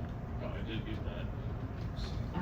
And then, I would also like to know, if anybody could tell me what is going on with, on 38 with that diner that was tore down, and they have the canvas around it and everything, it was like, I know, Country House, yes, what's going on with that, because I see movement there now again, has something been planned, have they met all the requirements, I would like to know what's going on with that. I think, let me check my little note, oh, and something that nobody came up here and addressed, which I think is probably one of the major things on here, is 2241-2026. Temporarily approving the relaxation of hours for the sale of alcoholic beverages. I take offense to that happening because the guys that go out and watch their football game, usually they take their alcohol and they go to the place, but then they run out, they're gonna run back out and they're driving. It's the football game, they're ready for it, they need to have their alcohol with them when it starts, not be running out to get it. So there's no reason for it to be later. You understand what I'm saying? We're gonna have alcoholic related accidents and people are gonna be getting hurt. Okay? I don't know if you're doing it beforehand or afterwards, but I think that, and I know that football games vary in time, but I think that there's plenty of time for people to go out and get their alcohol and have it at the place of their celebration than to leave something open late. Just my opinion. Okay, that's it as far as I know. 39, no, none of that money's being used for Greenway Drive. None of it? None of it. Okay. Charles, bill list?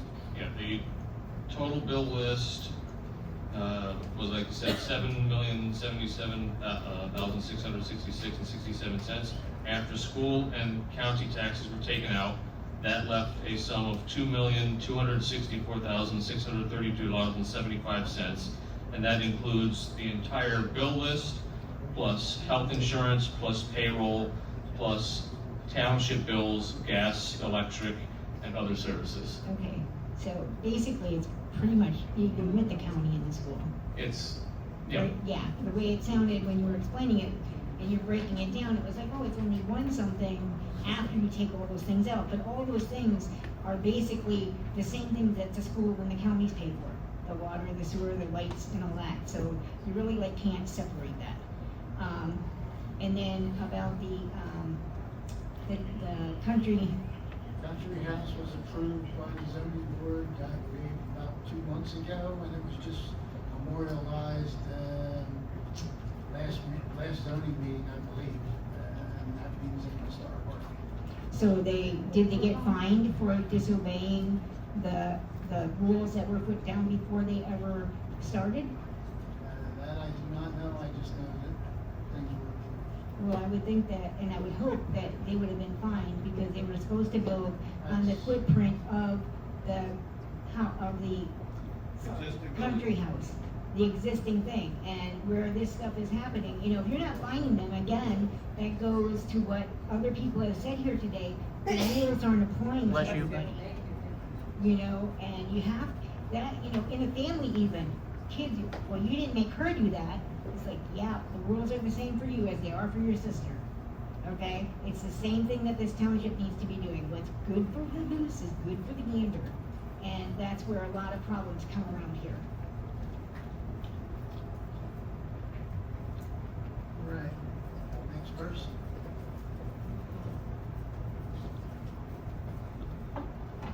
Hi everyone, my name's Tracy Arcadelli. 21A Center Street. You speaking to the mic, please? Yes.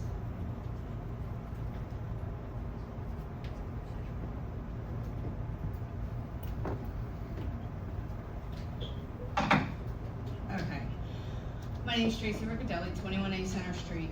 I'm only coming up here again for like a PSA. Again. Don't rip the Band-Aid off. We're supposed to be having another meeting on the 24th for the planning board. I mean, for the master plan, with the planning board. That is Monday. Please, show up. I keep hearing out here how we're not having checks and balances. So my question to you is, in the master plan, we're supposed to have a committee to oversee. Who elects that committee? Have we discussed that since the master plan's gonna be done on Monday? And who was gonna oversee that? That's all I have.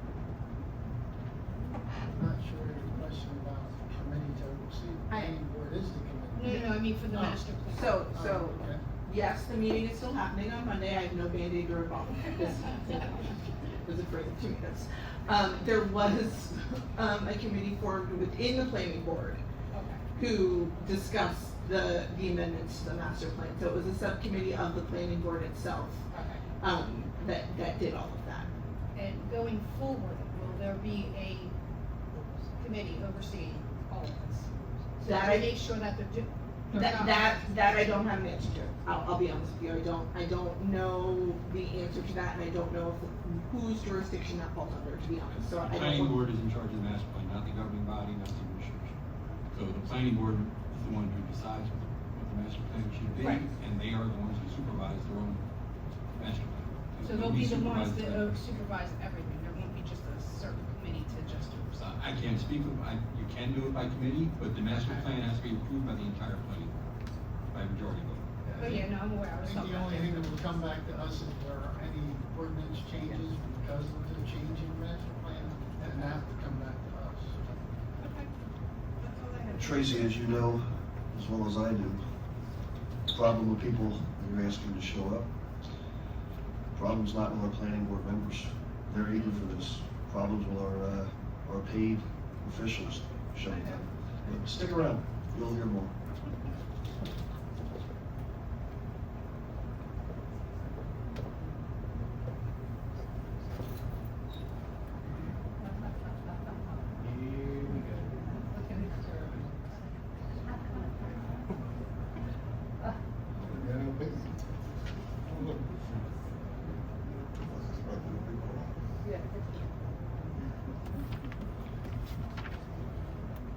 Take my time, write my name on here.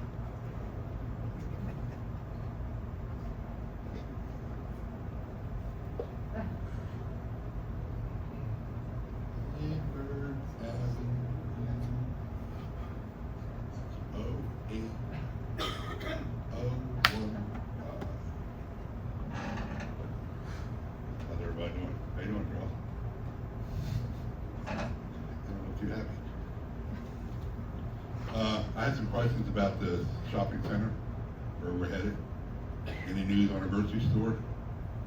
How many months are we in now? How much longer is that time running? And the Greenberg Farm, can somebody tell me when that tax abatement actually starts? They are the owners of the property now, right? When did that clock start ticking on them? And the other thing is, I heard that where the farmer's market is, that piece of property, is that Pemberton Township property? Can anybody rent that property for an event? Or who do you have to go through to have an event there? Who handles the event there? Is it the township administration? Is it recreation? Who says yes or no to an event there? Who has, there could be some events that people wouldn't like to be there, but they have a right to rent that too. That's their residence, right? So who we renting that out to have events? Hold on, Eric. We in a hurry. The other thing I would like to address is what some of the other ones said about what Miss America or whatever talking about the division up here with the Republicans and all this. I mean, you guys need to get your act together. Do we? Man, you need to go have a beer, straighten this shit out. Just take Josh along with you. You ain't never formally apologized to that man right there. Never. Not in public. You sent him an email, and then you had to think with Harry, now with Stewie. This needs to be straightened out. Maybe you could buy a couple Broadway tickets and take him to a Broadway show like you took Butchie. I think his wife likes Broadway shows too,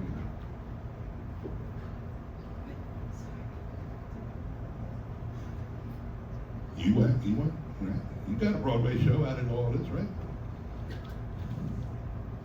Your wife likes Broadway shows, don't you, Dan? Yeah, well, I'll never see you get offered to go to New York for a Broadway show. All right, that's my questions. Go ahead, Harry. All right, on the grocery store, no, they have not come to us with a definite grocery store set up yet. I believe we're only about 3 months into the deal, so they still have a little while yet. The tax abatement with the Greenberg Farm, that actually starts happening as each house gets sold. That's when the tax, they're paying full tax on the property right now. And as each house gets sold, each individual house gets the tax abatement. That's when that time clock starts. So for each house? Yes. Right now they're paying full. So what if it takes over 5 years to sell all the houses? May very well. That's. Well, they don't get it over 5 years now, the ones that go over 5 years, right? It starts the minute the house gets sold. So you're saying if a house is built next year, the first house, but that house doesn't get sold for 7 or 8 years, they don't collect no taxes until that house is sold? You're shaking your head, Charles, I see you over there. Don't pay full taxes until it gets sold. When does the clock start ticking on? I said, when the I'm house get sold. the houses are sold, then the abatement applies to the buyer of the house only, not to the company that currently owns them. Okay? And what if that buyer passes away the first year? We are talking about senior citizens. What our attorney like to do? I believe it's only good for the original owner after that. There's a lot of issues. Could it be the spouse? They would become the owner if it was the husband and wife. I assume they would be eligible for it, but I'd have to look a little bit at that. But my understanding is it only applies to the first purchase of the house. And it doesn't start until the CO is issued and the person buys the house. Then it runs for 5 years. So some of these houses are there longer than 5 years that get sold? Or If they we're not rent it- collecting no property taxes until? No, we collect, Taxes on we collect the regular taxes on it. The abatement does not start until then. And what about this piece of property here in town? Where the farmer's market is, that is a township. Who can piece. rent that? Anybody? You have to put in an application to the rec department and, go through all the So property. Brunson has a say on who gets to go there and who doesn't? It gets- Hold an event there. It gets run through him, it gets run through the police department and all to see if there's any need for Who police. has the final say? I believe it's a combination between rec and police and, administration. Who's the administration? Mayor? Are we talking Administration, mayor? Mayor, Mayor? yeah. You have the final say on who has an event there? It's a combination, it's not just one. Combination. So if you all decide you like the people, then they can have an event there. If you don't like the people, they can't have it. Is that- So what is it then? Because that's what it's gonna come down to, that's how people. Joe, I are think here. you're trying to, you're Maybe asking shouldn't about we have something no that, other events here? you're trying to turn something Because here, you're a opening question cans into a of worms. discriminatory thing, and it's not the Right. case. If it That's applies, right. if the police department says it's okay, then the administration, why would they say no to money coming in to a rented piece of property? It wouldn't make any There's sense. a big reason why. Okay, you asked for an answer, I You provided just the best I said could. discrimination, whatever, what if they don't want to because they don't like whatever? It would be subject to a lawsuit for discrimination. That's all. In the township. All right, I think we've answered all your questions, Jeff. All right, Thank you. got my time up.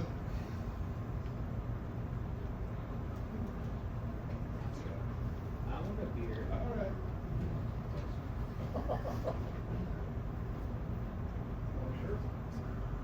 Yes, I did. I did. That was-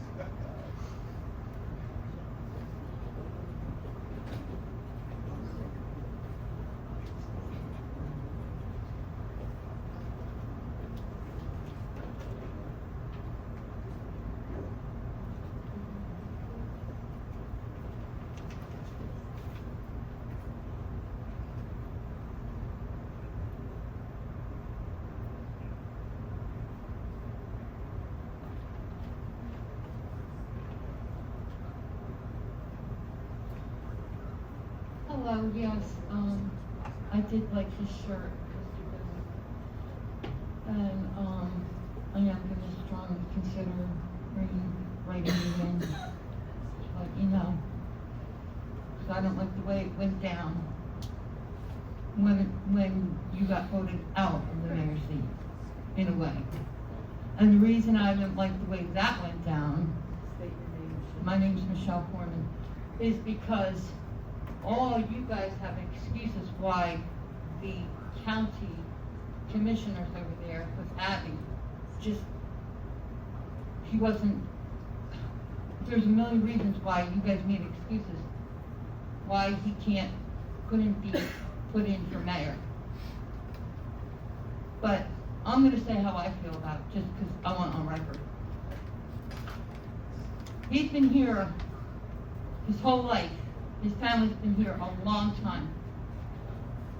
I know you all have disagreements at times, okay? But you all could have voted him in for council president. Y'all could have voted him in for council president if you wanted to, but you choose not to. So you threw him under the bus, whether or not the Republicans said he could be running for mayor or not. I'm just gonna say that. I'm tired of excuses. I also want to say that Harry, you told me at one of the previous meetings, the last couple meetings, that Browns Mills Acme, the new one, the new development there, are talking to a grocery store right now. That's what you said a couple meetings ago. But you didn't want to say the name of the grocery store, which I said, what's the big secret? I said it at this meeting, one of these meetings. So I don't understand why you're telling one of the residents this evening that it's only been 3 months. They are currently not talking to a grocery store. And you said it was a name brand grocery store. And my objection to that is, you talked about Tractor Supply, you talked about the Medford the grocery outlet, we went to Medford. What's the big secret in telling what grocery store they're entertaining now? I want to know what the big secret is. I don't like secrets and I don't like being lied to. I'll tell you one thing, I really hate when people lie to me. And I'm not the first one to come up here telling somebody they lied. Okay? A few of the residents have said it. Certain people have lied to them too. But I do not like being lied to by people I voted for. I really don't like that. If you have anything to say, Mr. DeCharlois, after I talk, could you say it to me now and not wait till I sit down? Because once I sit down, I'm not really supposed to say anything. So just for future reference, okay? Because the last time when I was talking about the trail, you had something to say about that. And it had something to do about permits. And I asked 2 times that meeting, do you need a permit for this or that if it belongs to the county? It was a question. I didn't state it as a fact, which you accused me of. So if you have something to say to me, I appreciate it in a more respectful way than you did some of the members in the audience tonight. But from what I'm saying, I am also upset about a lot of the things that are going on in here tonight. When you talk about this plan, this energy plan, which is one of the things that I was lied to about at the last meeting, and you can't get me for falsely accusing somebody of lying because I have it on recording. So you're talking about, and I know you're totally for these solar panels, Mr. DeCharlois. Could you make sure you let me know? What solar panels are you talking about? Okay. Now on page 243 on this article 243, 2026. How much is it going to cost for this environmental study resolutions to be a consultant for the preparation of community energy plan, which is solar panels here and also the parking lot, which is what you told me about, which is what Rosemary said. You didn't talk to it about it in closed session, but you did. I hope you listened to the tape and you heard yourself say you talked about the solar panels in closed session. That's what he lied to me about. Because he said they weren't talking about it. And then the other thing is that before you go into this solar panel plan, I asked before, and that's another thing. That's another thing. People talk. I get my 5 minutes, and sometimes I get longer, and sometimes other people get longer. If I'm taking, you make the time limit on answer questions. I come here and ask questions over and over again. Sometimes I've been here 8 times to try to resolve a situation. It still has not been resolved. About these videos that I used to get, still has not been resolved. So if I come here numerous times asking you questions, because I came here last time telling you about the rail to trail, now there's potholes in the road from that. So, but my time is up. Thank you. So, I apologize if it takes a long time to answer my questions, but please answer them truthfully and to the point, and that way I wouldn't be here, standing here as long. Now, did anybody talk about the plan to Medford or Lenape and why they tore all their solar panels down before you do this? I asked you before, you said no. Did you talk to them yet? Michelle, I'll answer the questions you asked. You asked about the store? I did not lie. No, I'm not talking about Stop, you lying stop, about stop, that. stop. I'm not talking about you lying about the grocery store. I just said it was the solar panels. I didn't say anything about the You did, grocery I have it store. written down. You I told did me. not accuse you of lying about the grocery store. All right, if you won't let me talk, then I'm not gonna. Okay, that's fine, but I did not accuse you of lying about the grocery store. I did not. I was talking about the solar panels. Thank you, your time's up. Oh, no, I have other questions. But you're not the only one that can answer questions. Do you have any answers about, did you talk to the people about the destruction over there at that path? Because there's potholes now. And a motor vehicle rode past there and all the dust flew up in my face as I was riding my bike out. Michelle, we have no answers for you. Thank you very much. Excuse me, I think you can let Rosemary and Jen speak. I think I just spoke. Can you answer Rosemary? Council President, we'll get any question to be addressed. Oh, so nobody's gonna address any of my questions tonight. So it's like that, huh, Mary? I tried to, It's and like you that? kept interrupting. Thank you for Oh, the so now you're not gonna let anybody answer me because it's a lie that you told me I was lying. I never said accused you of lying about the grocery store. This is why I like to vote for him. And I'm gonna try to tell as many people as I can to vote for him. Because you Harry, would you? are Can I address very, your name? Would you be okay with that, sir? Sure. Michelle, if I may, the questioning before in regards to the grocery store, okay?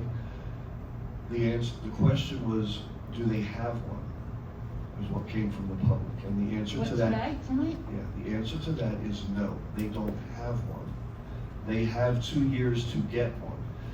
The talks of having talks with other grocery stores, I'm sure are in the works. But the reason that you don't disclose them is because one thing is set up here that we'll just say they're having a talk, they're talking right now to ShopRite.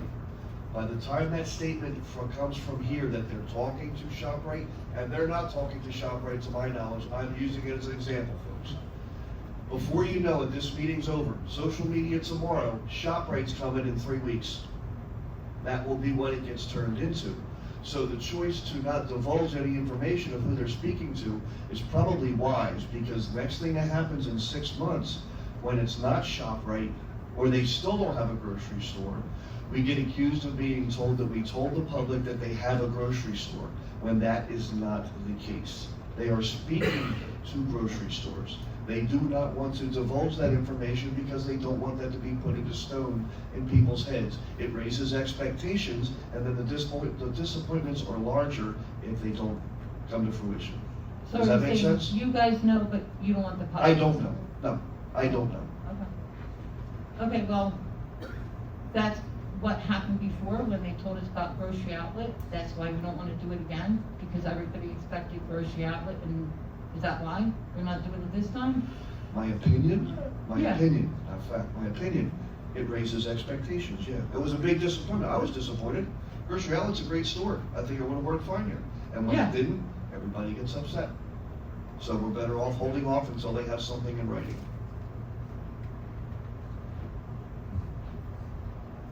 Okay. Do you have anything to say about the solar panels, Mr. Doyle? Yeah, yeah. Because you rescued me tonight, thank you. As far as the solar panels go, the statements that I recall, there is nothing in the works for any solar panels.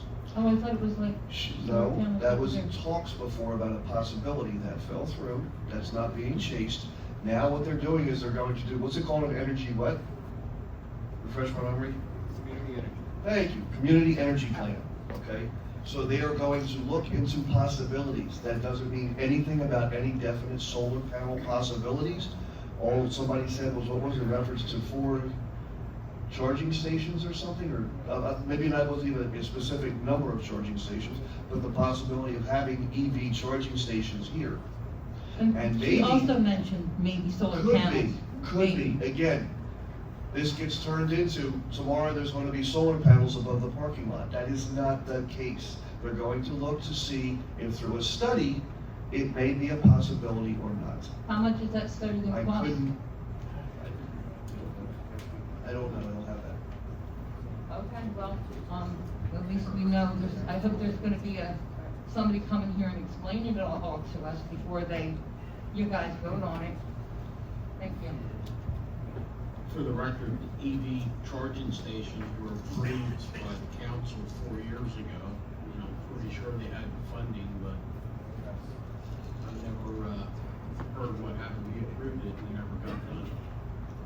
Somewhere there's money laying around for it. No, we, turned that one back because we didn't use it in time. Okay. Okay, thank you so much, because I do know when the solar panels were here during the Economic Development Committee, the solar panel company said they have millions of dollars to throw your way. Thank you. Anyone else for public comment? Seeing none, we're gonna close that section of the meeting. Moving on,